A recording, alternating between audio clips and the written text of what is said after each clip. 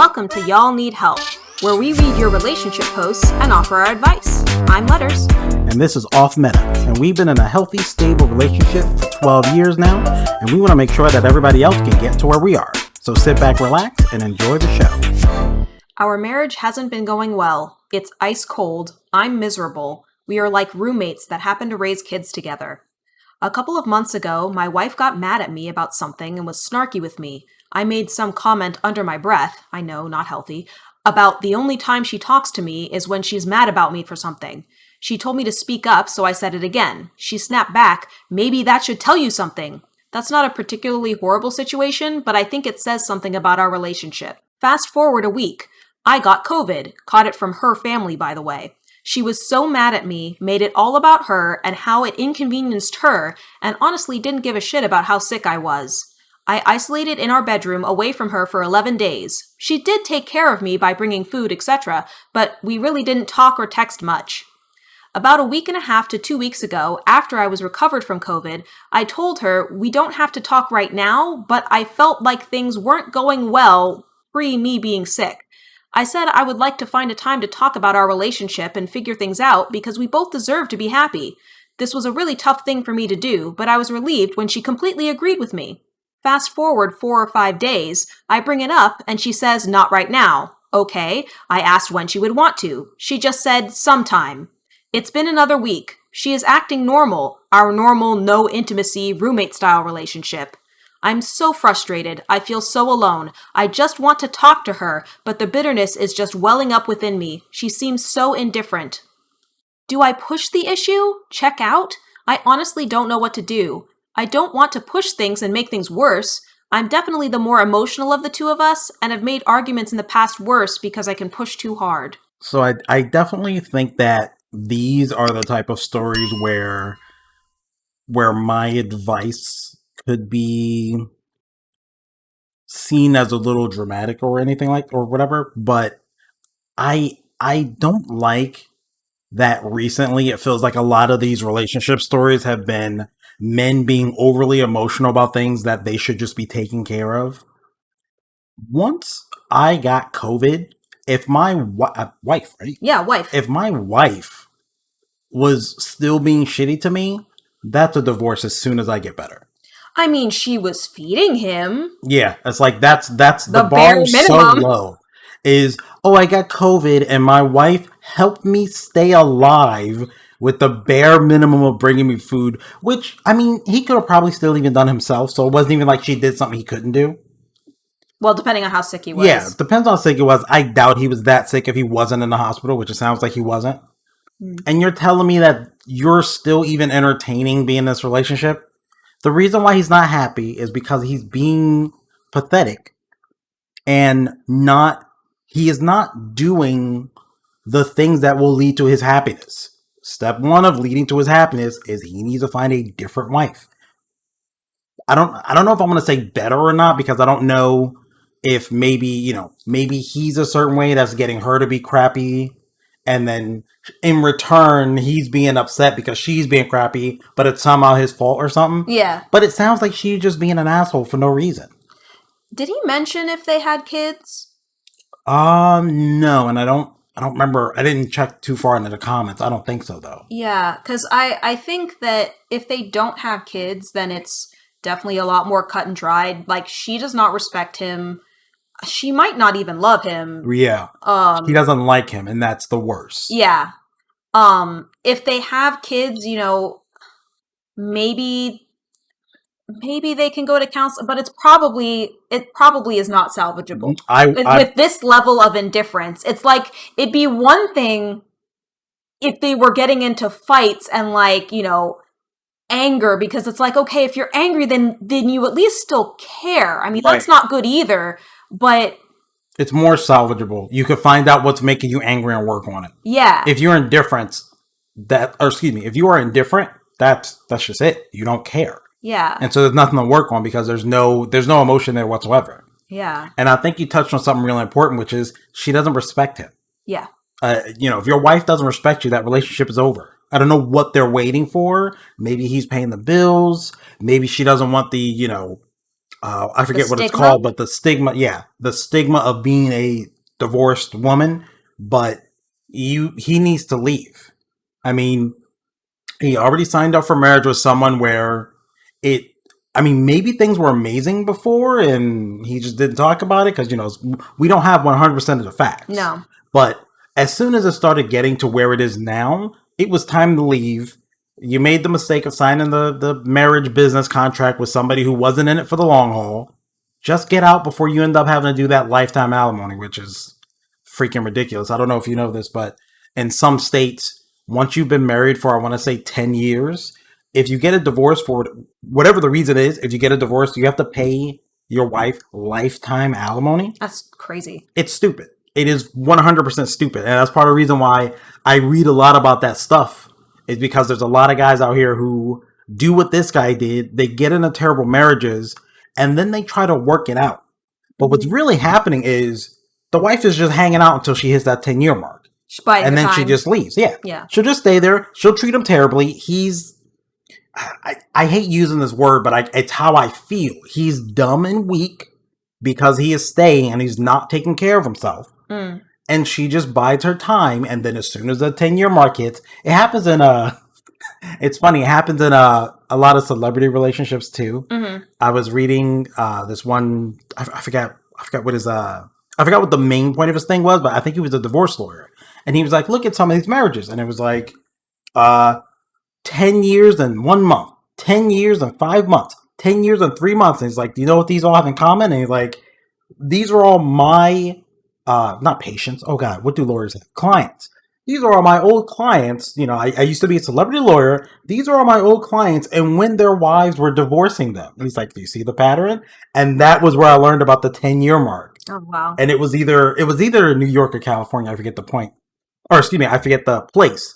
But the main point is, she might be just biding her time and then she'll leave later. Or regardless of whether she's biding her time for that, that's still a major possibility that he probably doesn't even know about. Yeah. And here, I'm gonna come from the, believing the best of everyone thing. Maybe she's not a bad person and isn't, maliciously waiting to bide her time or whatever. And, maybe he hasn't really done a lot bad to deserve her ire. But if she doesn't talk to him, which he is trying to initiate conversation because they're not even agreeing that it's broken. Yeah. And he's saying, hey, this is broken. We need to talk about this. And then she is not coming at that with any sort of urgency. I mean, if you came to me and you were like, baby, we have a problem in our relationship and it's going to be, in danger unless we address this. Oh my God. Like you drop everything because it's important to you. You gotta get it done. You have to talk it out and figure it out. And maybe they're both so non-confrontational. I mean, he said it was difficult for him to come up to her and talk to, and maybe she doesn't want to talk about it either because she's also non-confrontational, but you gotta. Someone has to be a leader. Yeah. This relationship sounds like it has no leader. It's two followers. It's that. Oh, this is what was bugging me earlier, and I just realized how to put it into words. Not our relationship. Their relationship is two followers just reacting to one another. Yeah. And that's why the bitterness has swelled up, because when they do things to hurt each other, they're not proactively or it's not even necessarily a proactive thing. Maybe it is. In the moment, they're not saying, hey, wait a minute, you're doing this thing that bothers me. Let's talk about this. What they're doing is they're getting offended and then letting that boil up and then just throwing it at the other one. Like with even the initial comment of, oh, you only talk to me whenever you want something or something. Yeah. And then she's, oh, well, you should take the hint, blah, blah, blah. It's just two crappy reactions to one another with no one stepping up. I mean, he's kind of trying now, but it's probably too late. Yeah. Like, no one stepping up and be like, hey, wait a minute. You're doing this thing and it's bugging me. We need to talk about this. He waited till it was too late, and he's still not really doing it. He's kind of being like, hey, we need to have this conversation in the future, which is, again, the weak way to do it. What he should be doing is, hey, it's, 6 o'clock, we're not doing anything the rest of the day. Come sit down with me and let's talk about this right now. Or give me a date in the next 2 weeks and a time when we're going to talk about this. Yeah, that too. He's hit the point where basically this relationship should be over anyway. But I think I don't like the word ultimatum, but I think this would be the time for an ultimatum of, hey, we need to have this conversation now. Or I gotta bolt. Bolt? Yeah, I gotta leave. Yeah, we can either have this conversation or you can have these divorce papers. Yeah. And I mean, that's it. Like I said, I don't usually like ultimatums, but this relationship is, as far as I can tell, it's done. Like, I think it is done. Yeah. I think even if they have the conversation, there's no recovery because she doesn't respect him. Mm-hmm. And I think even if he did get his behavior together, it might be too late. Yeah. I mean, maybe he can earn that respect back. But yeah, it would definitely be an uphill battle. And especially if they don't have kids, it might just be worth, giving up. Yeah. And that's actually the little dark thing at the end of the tunnel that we haven't really talked about is this relationship even worth saving? Mm-hmm. It doesn't sound like it is. But of course, we haven't heard anything about the good times, if there were any. Right. So you got to keep that in mind. Yeah. But I mean, this sounds like it's gone so far off the rails. Mm-hmm. Like, and I bet for a long time, this was a couple that never fought because both of them sound very non-confrontational. Mm-hmm. But just because you're not fighting actively doesn't mean there's not problems. Yeah. If you're letting yourself stew in resentment until finally one day you snap and you bring up stuff that happened 3 years ago and, 6 months ago and it all comes out at once, that's just as bad, if not worse. It's worse. Yeah. I think it's worse. I read a lot of stuff about, how do you say this? I read a lot of things about men trying to fix their marriages, and a very, very, very common theme, a common even word that always pops up is resentment. Mm-hmm. They don't, either the man or the woman or both of them, they don't talk about the problems that they have. And it boils and it boils and it boils. And then it gets to the point where, even when your partner's not really doing anything bad, they are reacting to one another as if all the bad things that has happened in their relationship is happening at once. Yeah. And the other partner sometimes doesn't even see it coming. Yeah. Because they are just sitting, it's just boiling in festering on the inside. Mm-hmm. And they're not telling a person like, hey, I don't like the fact that the only time we really have a conversation is when you're yelling at me. Mm-hmm. What's going on? Let's talk about this. Yeah. And he didn't even say that. Mm-hmm. He said it under his breath. Yeah, he did the weak, wimpy, passive aggressive. Yeah, passive aggressive, and it kills relationships. Don't be passive aggressive, please. Just have the conversation. If the conversation is going to kill your relationship anyway, not having the conversation is just going to kill it later. Yeah, it just drags it out. Instead of decapitating it, it's like slowly bloodletting. It's like, which is the better way to die? Yeah. And a quick pro tip, end it quickly so that way you have to pay less alimony.